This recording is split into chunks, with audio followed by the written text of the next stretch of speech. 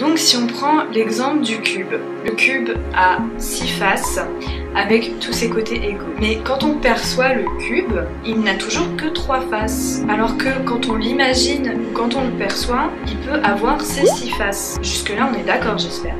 Alors, comment on peut savoir que le cube est un cube quand nous le percevons alors qu'il n'a que 3 faces? Autrement dit, comment on peut savoir que le cube est en 3 dimensions alors que nous ne percevons que 3 de ses côtés? Tout d'abord, quand on voit un cube, on le voit tel qu'il apparaît et non tel qu'il est, c'est-à-dire un cube à 6 faces. Parce que quand on le perçoit, on ne voit que ses 3 faces. Et donc pour qu'on puisse l'imaginer et le concevoir avec ses 6 faces, il faut nécessairement faire la synthèse des différentes perceptions que l'on peut avoir du cube.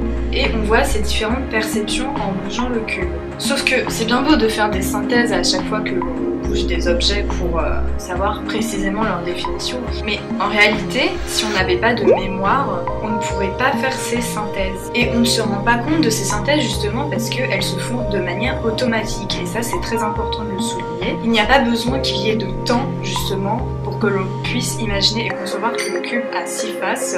C'est automatique. Donc on peut dire que si on n'avait pas de mémoire, on se fierait toujours à nos perceptions, c'est-à-dire que nous serions toujours dans l'illusion qu'un cube a 3 faces. Et c'est en raison de cette synthèse justement que nous avons 2 yeux. En fait, chaque œil perçoit une image différente et pourtant nous n'avons qu'un seul champ de vision. Mais comment cela est-il possible alors? Eh bien c'est parce que c'est le cerveau qui fait la synthèse de toutes ces images que nous percevons, et c'est grâce justement à lui que nous pouvons donc voir les images en 3D. Par exemple, quand on va au cinéma pour voir un film en 3D, le film que l'on voit en 3D est perçu dans un espace imaginaire. Car sur l'écran, en réalité, il y a 2 images superposées. On voit en 2D.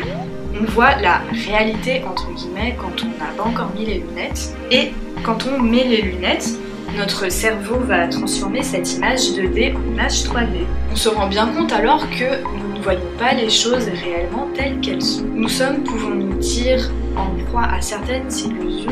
Mais ça, nous le verrons plus précisément dans une prochaine vidéo.